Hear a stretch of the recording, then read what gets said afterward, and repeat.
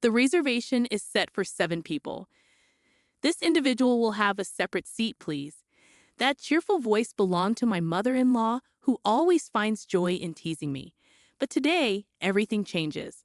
Armed with a secret, I've decided it's time to reveal all to our relatives. My name is Emily. I'm 28 and work as a chef. I met my husband, Chris, at a popular restaurant where I worked after culinary school. Chris manages his family's electronics store, a business passed down for 3 generations. After his father's passing last year, Chris became the 3rd-generation owner. I come from a simple family, but cooking runs in our blood. My parents and older brother are all chefs, and I've been cooking since childhood. With talent and hard work, I graduated top of my class. Cooking has always been my passion, but things changed after marrying Chris. Right after we tied the knot, I moved in with my mother-in-law. Chris had always lived at home, and with his father's recent passing, he felt it was necessary for me to be there to support his mother. I had imagined our married life eagerly, knowing that eventually, as the eldest son, we would reside with his mother. However, I hadn't anticipated it happening so soon. Maybe I should have expressed my concerns before marriage, but given the circumstances, I didn't want to seem difficult. Nonetheless, what's done is done. However, when we initially moved in together, my mother-in-law was incredibly kind. She would bring me cream puffs from my favorite bakery and insisted on taking care of most household chores. Reasoning that I was working, she handled all the cooking, but I struggled with the taste. It seemed her dishes were always too intense for my palate. I later learned she hailed from the southern part of the country, where people supposedly prefer salty foods. However, not everyone from the South shares this taste preference. Some of my Southern co-workers actually preferred milder flavors. Regardless, my mother-in-law's cooking went beyond salty. Her stews were so dark, I couldn't discern the ingredients, and they tasted like concentrated barbecue sauce. She would insist I have more, claiming it complemented bread well. When I voiced my struggle with the saltiness, Chris would ask if she had toned it down, to which she would reply with uncertainty, adjusting the seasoning based on my feedback. It left me feeling uneasy. We carried on like this for a while, but my work started to suffer. Constantly eating my mother-in-law's meals seemed to numb my taste buds, making it hard for me to discern flavors. Thankfully, the head chef always checked my dishes before service, sparing me any reprimands. Realizing this couldn't continue, I began waking up earlier than my mother-in-law, especially for breakfast, which seemed to alleviate some of my struggles at work. Oddly, her demeanor toward me grew colder. She started ignoring my greetings and even criticized my cooking. "Emily, this lacks flavor. You need to season it properly. Just because you're busy, what's your excuse?" "But mother-in-law, I've seasoned it as per the recipe. Please taste it." She did, only to respond, "It's still bland. Can't you tell?" Adding more would be unhealthy. What's wrong with enjoying good food? Don't let your skills go to waste. With that, she poured an excessive amount of soy sauce over my dish. "I'm concerned about our health." I protested, but she brushed it off. I had a hunch about what triggered my mother-in-law's sudden change in behavior. It stemmed from an incident at my niece's birthday party hosted at our home. My husband has 2 sisters, both married and living separately. Despite our limited interactions, they've always been kind, even offering to intervene if I faced any issues with my mother-in-law. Their husbands are also pleasant individuals. During the party, which celebrated my older sister-in-law's daughter turning 5, I assisted my mother-in-law in the kitchen. The dining table boasted an array of dishes, each clearly labeled with its creator. As the festivities commenced, my sister-in-law remarked, "Our daughter adores the omelette rice from Emily's restaurant. Having it here today is a treat." "I actually make the omelettes at work," I responded, prompting praise from the birthday girl herself. "The omelette lady's food is yummy." These exchanges didn't sit well with my mother-in-law. Desperate to redirect attention, she insisted, "Look, Grandma's stew is also tasty." But her granddaughter rejected it, complaining, "It hurts my mouth." While my sister's husbands politely sampled her cooking, it quickly requested more water, noting the excessive saltiness. My sister-in-law jokingly suggested I give her cooking lessons, which only fueled my mother-in-law's anger. She stormed out of the room, refusing to return. I regretted agreeing to cook for the party, but my mother-in-law had requested it, leaving me no choice. The tense atmosphere led to an early end to the celebration. While my sister-in-law's comment was meant in jest, criticism of one's cooking stings. It likely hurt my mother-in-law, who had prepared the food with hopes of delighting everyone. That night, I apologized to her, acknowledging any overstepping. Her response was cold. "Don't get too comfortable. You're just a freeloader." The next morning marked the beginning of relentless bullying from my mother-in-law. She would season the breakfast I prepared without even tasting it. If it didn't meet her standards, she disposed of it in front of me. Seeking solace, I turned to my husband, Chris. His response was dismissive, suggesting I was overreacting and should have obeyed his mother. He also started coming home later, using work as an excuse, even skipping his niece's birthday party. This behavior shattered any illusions I had about the kind of man he was, despite us being married for only 6 months. Our marriage was crumbling, and the thought of divorce crossed my mind. However, with just 6 months of marriage under our belt, I hesitated, knowing it would upset our parents. Then things took a turn for the worse. My mother-in-law slipped on the stairs, injuring her leg. Despite offers from my sister-in-law to assist, my mother-in-law insisted on my help, stating, "You're technically the wife, so you should at least do this much. It's absurd to rely on my daughter." From then on, I was at my mother-in-law's beck and call, even for trivial tasks. She began contacting me during work hours, forcing me to request time off repeatedly. Although my co-workers assured me it was fine, I felt guilty and eventually resigned from my job. It seemed my mother-in-law had been waiting for this moment, mocking me. "Can't handle your prestigious job anymore, can you?" How pathetic! Suddenly, day and night, my mother-in-law summoned me incessantly, leaving me no time to rest. Whenever I attempted to discuss things with Chris, he was increasingly absent, claiming to sleep at his office, though I doubted his words. My decision was made, but I couldn't leave without making a move, so I resolved to seek revenge. During breakfast one morning, I broached the topic. I want a divorce. They both looked shocked, dismissing my request with scorn. "What nonsense! We've barely been married a year. You'll be the laughingstock. Accusing me of infidelity? Absurd. You're embarrassing us, Emily. You're way out of line." Despite their mockery, I stood firm. Chris is always absent. My mother-in-law only knows how to bully. Who'd want to endure that? I'm filing for divorce. My decision stands. My resolute stance alarmed them, prompting Chris to stutter an apology. "We're sorry. I'll try to come home earlier. You can even stay at your parents' for a while." "But my mom's injured and I have work. Can't you stay until she recovers?" Though he struggled to apologize, his sincerity was evident. "I've been immature. I'm sorry. Can't you reconsider?" I reluctantly agreed, yet their smirks betrayed their true feelings, typical of a mother and son. Following that, the bullying ceased, and Chris began returning home earlier. However, the tranquility was short-lived. Chris resumed his late returns, and my mother-in-law's mistreatment resumed. Despite her leg failing to heal, she frequently ventured out, citing hospital visits. This behavior struck me as odd, leading me to uncover a shocking truth.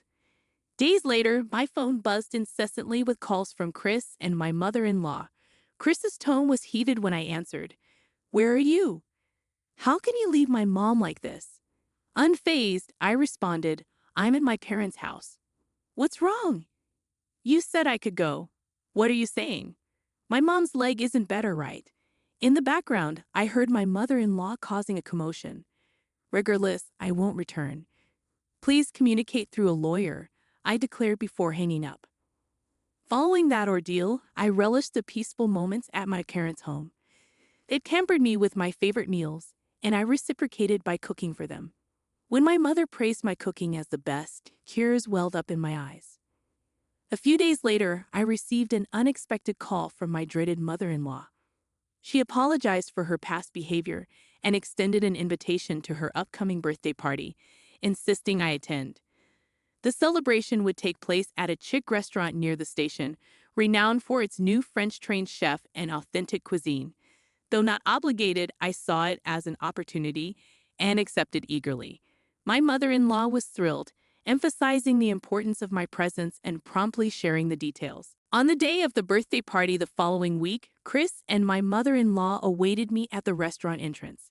As I approached, Chris wore a smirk, and my heart sank. The gathering mirrored the previous one. Two sets of sister-in-laws with their husbands and a little girl, alongside my mother-in-law, husband, and myself, totaling 8. The impending divorce remained a secret, with instructions to disclose it after the meal. Amidst the anticipation, the sister-in-laws and their spouses arrived. "Emily, it's been too long. You look stunning as always," they greeted warmly. With everyone present, we proceeded into the restaurant. However, our party of 8 seemed to puzzle the waiter. "Is the reservation for 7 people?" "We're 8, he questioned. Before I could respond, my mother-in-law interjected loudly, "The reservation is indeed for 7. We prefer this person to be seated separately, please," pointing at me as she spoke. As I was pushed forward, confusion painted the faces of the sister-in-laws and their husbands, while Chris and my mother-in-law exchanged smirks. So this was their plan. How amusing. "Emily has a surprise, doesn't she?" My mother-in-law declared, revealing the supposed surprise at her own birthday party, much to my bewilderment. Well, if my mother-in-law enjoys surprises, then I'll gladly provide one. "Emily, is it true?" The sisters-in-law appeared concerned, prompting my response, "Yes, indeed." I had hoped to keep it under wraps, but my mother-in-law caught wind of it. "Pardon me, is there an available seat?"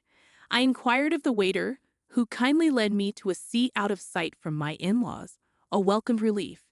While they enjoyed their meal, including a specially prepared kids' meal for one of the sisters-in-law's daughters, I remained out of their view. The atmosphere seemed pleasant. The young girl exclaimed joyfully, "Wow! This tastes just like my sister's omelet."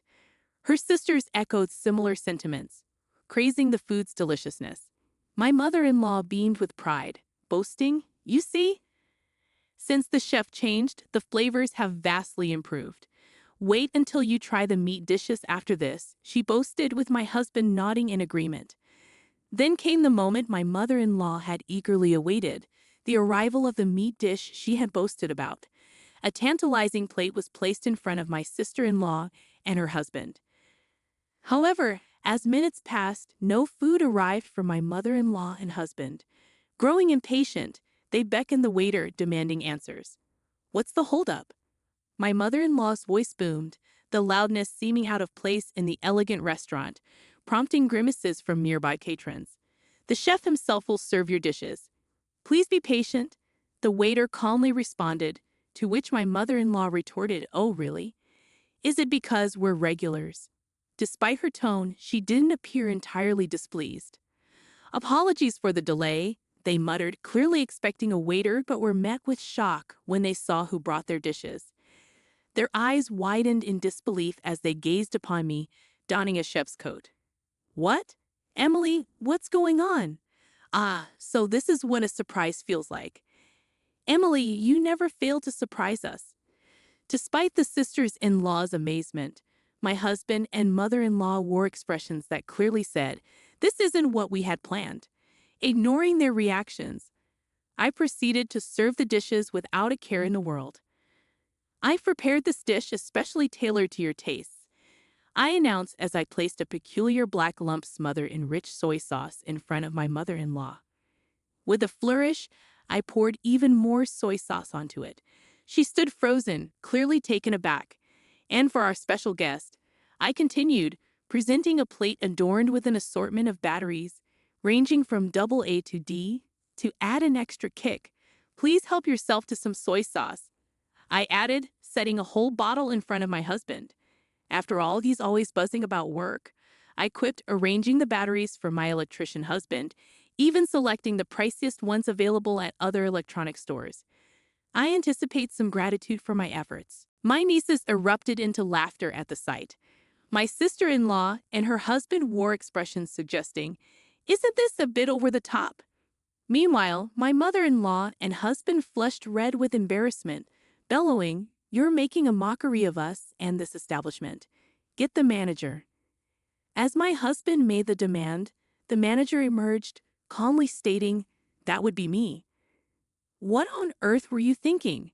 We're the customers here. We'll take legal action," they threatened, to which the manager calmly responded, "Is that so? Well, in that case, we'll be pursuing legal action against you two for disrupting our business." Their response? A puzzled huh? It became apparent that my in-laws were frequent patrons of the restaurant, often exhibiting arrogance towards the staff. They had a reputation for nitpicking, never considering the inconvenience they caused other customers. Their troublesome behavior was well known. "We've tolerated it because you're family, but it seems it's time to put some distance between us. Right, Emily?" "Absolutely, big brother." Upon hearing this revelation, my in-laws turned their surprised gazes towards us. "You see, this restaurant has been managed by my brother for quite some time now. He resides in France and couldn't make it back for our wedding due to his busy schedule." Despite sending his congratulations, my mother-in-law and my husband, Bob, had never met him. However, my brother had seen family photos and recognized both of them, I explained. "I deeply regret not being able to attend your wedding. I attempted to reach out several times, but you always seemed to have company," I continued, watching as their faces paled. The conversation grew tense. My sisters-in-law urged their husbands to leave first, then proposed, "Shall we delve into this further?" Though they smiled, their eyes betrayed a seriousness that sent a chill down my spine. "It's merely business, you know. The old-timers on Main Street, they prefer these modern spots these days," Chris interjected. As he spoke, a waiter approached and handed him an earring, remarking, "You left this behind last time. Dining with men who wear earrings, quite suspicious, isn't it?" My sister-in-law commented with a smirk.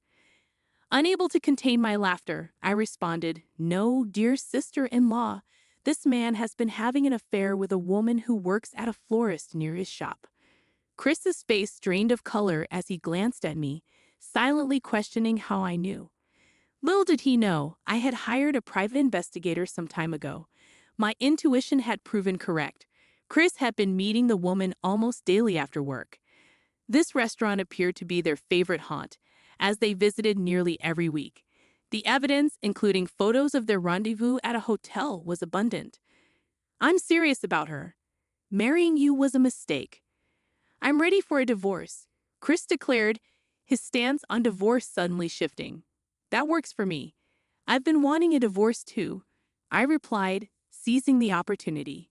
"But I'll be seeking alimony, so be prepared to pay up." "I just landed a major contract," I added. "I'll happily comply," he chuckled. "Good to hear. Now, as for you, mother-in-law." My mother-in-law, who had remained silent until then, visibly trembled. Though not as frequent a patron as Chris, she too had her own routine here. "But I'm already a widow," she protested. "That's irrelevant," I countered. Upon hearing her confession, I felt compelled to reveal another piece of information. "I had the private investigator look into you as well, mother-in-law. It seems your relationship with your partner has been ongoing for about 5 years. However, didn't father-in-law pass away just last year?" My sisters-in-law shot their mother a glare of anger. No surprises there. The two of them were always closer to our esteemed father than to our mother. Discovering the truth, they were understandably furious. I too was taken aback by the level of detail the investigator had uncovered about my mother-in-law. It was revealed that my father-in-law had also hired the same investigator. "You've been deceiving us about Dad all this time. And Chris, you're cheating on Emily. Have you both lost your minds?" The sisters-in-law's anger showed no signs of abating. Recognizing that our presence was disturbing other patrons, we agreed to disperse for the day and reconvene at the in-laws' house on another occasion. On that day, I bid farewell to my brother and the staff with spirited high-fives. A few days later, in the presence of my two sisters-in-law, the divorce papers were filled out. My husband, showing no remorse, grumbled phrases like, "Well, just make sure you don't regret it, all right?" Despite my limited mobility, I ended up with such a troublesome wife. Exhausted by his endless complaints, I snapped, "Mind your step, mother-in-law." She jolted, responding with a puzzled, "What?" It was evident her leg had fully healed. Despite this, she continued to feign discomfort, solely to torment me. Her spiteful behavior confirmed her status as nothing more than a stranger to me. Thus, my brief marital journey came to an end in less than a year, and I had no regrets. Afterward, alimony payments for both my ex-husband and his mistress were deposited into my account simultaneously. While it seemed my ex-husband covered his mistress's portion too, that detail was inconsequential. Following the divorce, despite plunging into debt to fulfill his alimony obligations, my ex-husband was swiftly dumped by his newfound partner. Later, I discovered from my sister-in-law that the woman was notorious in her hometown as a homewrecker. Despite my ex-husband boasting about securing a major contract, it transpired that the restaurant was filled mostly with regular customers on the day we visited. As we exited the restaurant, following an encounter with the complaining couple, applause erupted in our wake. My brother confided in me, saying, "I heard from our other sibling that the reservation was only for 7 people, so I assumed there wasn't room for me anyway, which is why I went along with the plan." As expected, they are now prohibited from ever setting foot in the restaurant again. News of their misconduct quickly spread, resulting in the loss of their significant contract. It's a fitting consequence, I suppose. Their electronics store seemed to thrive on trust, but their future success is now uncertain. As for my mother-in-law, she too suffered repercussions. Not only was she abandoned by her partner, but her poor health led to a diagnosis revealing that her long-term dietary habits were to blame. Despite treatment, her body will never fully recover. It seems like a fitting consequence for her actions as well. As for me, I've returned to my job at the familiar Western-style restaurant. Despite the tumultuous events, my colleagues warmly embraced me back into the fold. "Welcome back, omelette lady," they greeted me with affection. My sisters-in-law remain loyal patrons of the restaurant. They severed ties with their mother and brother following the incident. They couldn't overlook the betrayal towards me, someone they had treated like a younger sister, and the deceit towards their late father. Their resolve to maintain this distance remains steadfast. Despite the challenges, my true joy lies in the kitchen. Cooking brings me unparalleled happiness, and in this moment, I find myself at my happiest.